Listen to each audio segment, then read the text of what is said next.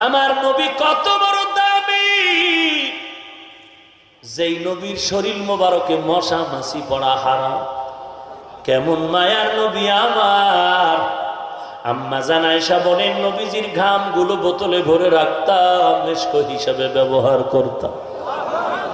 ওই নবী দ্বীনের দাওয়াতে উহুদের ময়দানে দান্দন মোবারক শহীদ করেছেন।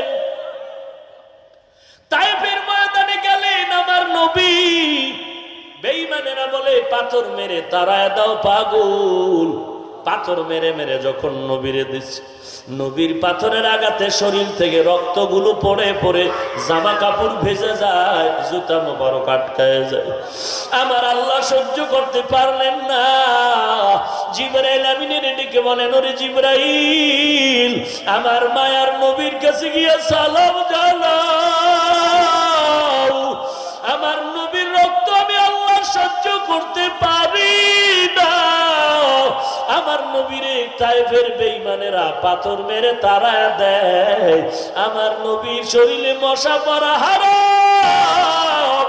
ওই শরীরের মধ্যে পাথর নিক্ষেপ হবে না। না, আমার নবীরে বলো, যদি তায়েফের